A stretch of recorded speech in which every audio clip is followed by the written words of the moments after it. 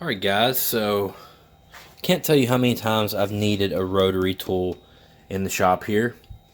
And I had a super cheap one that I got in the Tractor Supply clearance aisle. It was like 12 bucks.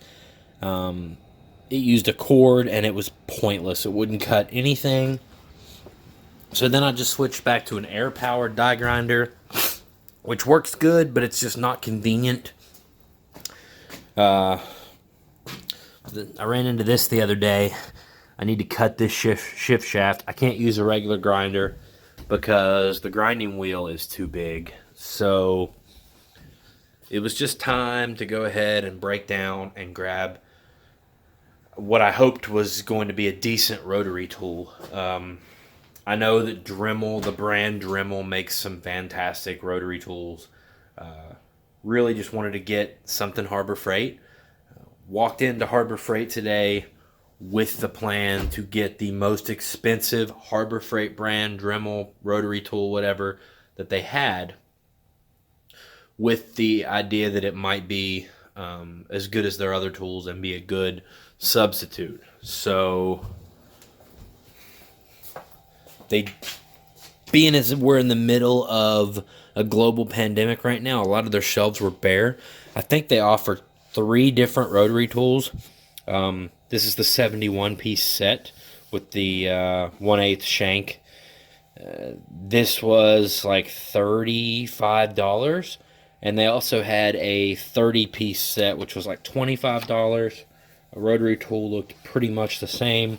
From what I could tell, they also offer like a 105 piece set, but they did not have it there. So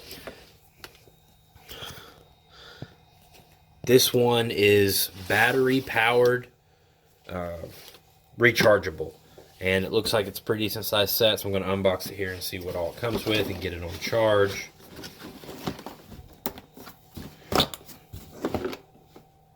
Apparently I opened it the wrong way.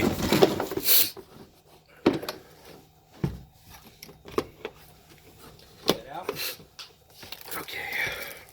Instructions. So it's decent size, but it tapers down, and I do like that because I feel like I can get a good grip on it. It's even and balanced in my hand, but it's not bulky up where I don't need it to be, so it can fit into small areas. So the little kit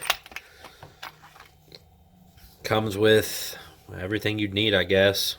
Some sanding wheels, a bunch of little cutting wheels, some bigger cutting wheels, several different tips, some stones, and some polishing cloths.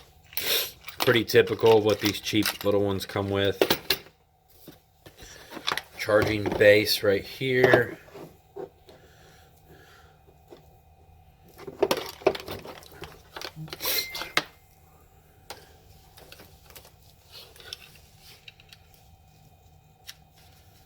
This sucker plugged in. Get it charging and we'll see what it can do. So I'm guessing you can buy more of these batteries. I don't know if they're Chicago Electric proprietary or what, but okay, so we've got a red indicator light, which hopefully it goes green when it's charged. That would be nice. So waiting on that to charge. I'm gonna get the tip I need set up.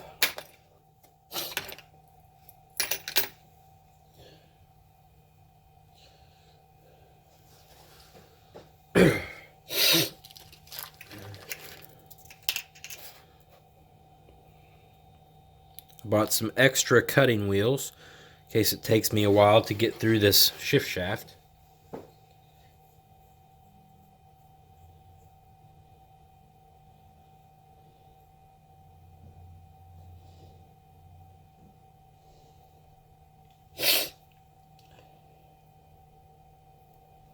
Now correct me if I'm wrong, guys. I think these little red washers on here, one should go on each side of the wheel, but I could be wrong.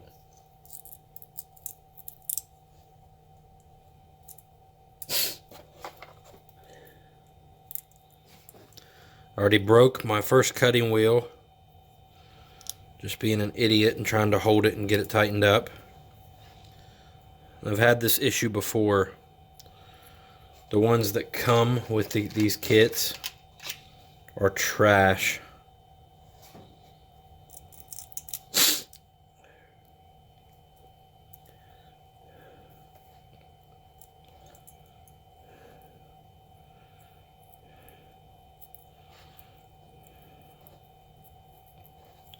So your best just to snug that on there.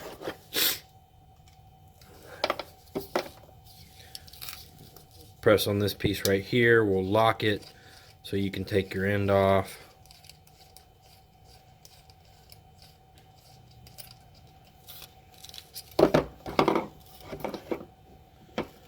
You can run your end through here and through here and screw that back on.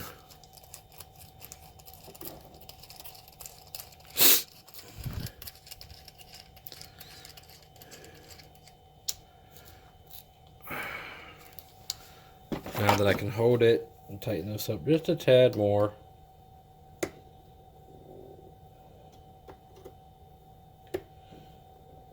Okay.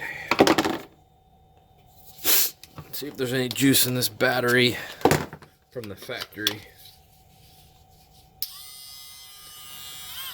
Okay, so selectable level, you're on 0 right now. When you flip it to 2, you can feel it click. And it'll come on, and then there's no more clicks. That feels pretty powerful right there. Not as powerful as some Dremels I've used, but for a battery powered one, feels like you can probably work your way through stuff. So let's top this battery off and let's see if we can get through this shift shaft.